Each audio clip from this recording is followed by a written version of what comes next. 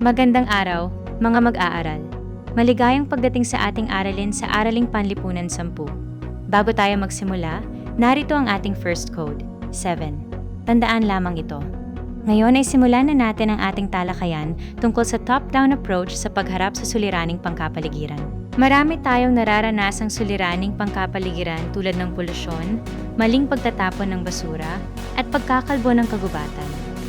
Upang matugunan ang mga ito, iba't ibang programa at polisiya ang ipinapatupad ng pamahalaan at iba pang institusyon. Sa araling ito, inaasahan na mauunawaan ninyo ang kahulugan ng top-down approach, matutukoy ang mga katangian nito, at makapagbibigay ng mga halimbawa ng paggamit nito sa tunay na buhay. Isipin natin ang isang barangay na nagpatupad ng ordinansa tungkol sa waste segregation. Ang desisyon ay ginawa ng lokal na pamahalaan at inaasahang susundin ng lahat ng residente. Layunin nitong mapanatiling malinis ang kapaligiran at mabawasan ang dami ng basura. Ang top-down approach ay isang paraan ng pagtugon sa suliranin kung saan ang mga plano, polisiya, at mahahalagang desisyon ay nagmumula sa nakatataas na otoridad tulad ng pamahalaan, paaralan, o iba pang institusyon.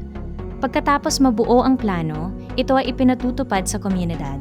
Sa top-down approach, maaring manguna ang pambansang pamahalaan, lokal na pamahalaan, iba't ibang ahensya ng gobyerno, administrasyon ng paaralan, at iba pang organisasyon. Sila ang may kapangyarihang gumawa at magpatupad ng mga patakaran. Karaniwang nagsisimula ang proseso sa pagtukoy ng suliranin. Susunod ang pagbuo ng polisiya o programa, paglalaan ng pondo at kagamitan, pagpapatupad ng mga patakaran, at pagkatapos ay pagmamanman o monitoring upang malaman kung naging epektibo ang programa. Bago tayo magpatuloy, narito ang ating second code, 4. Tandaan din ang code na ito. May ilang mahahalagang katangian ang top-down approach. Sentralisado ang pagpapasya, may malinaw na otoridad, may opisyal na polisiya, may nakalaang pondo at kagamitan, pare-pareho ang proseso ng pagpapatupad, at may monitoring upang matiyak na nasusunod ang mga patakaran. Isang magandang halimbawa nito ang Waste Segregation Ordinance. Ang lokal na pamahalaan ang gumawa ng ordinansa, naglagay ng mga basurahang may tamang label, nagtakda ng schedule ng collection, at nagpatupad ng mga alituntunin. Sa pamamagitan ng ganitong programa, mas nagiging maayos ang pamamahala ng basura at napapanatiling malinis ang ating kapaligiran. Ipagpatuloy natin ang ating aralin sa pamamagitan ng isa pang halimbawa ng top-down approach. Ang National Greening Program ay isang programa ng pamahalaan na naglalayong magtanim at magpanumbalik ng mga kagubatan. May malinaw itong plano, pondo, at mga ahensyang nangangasiwa sa pagpapatupad. Isa pang halimbawa ang Disaster Preparedness Plan.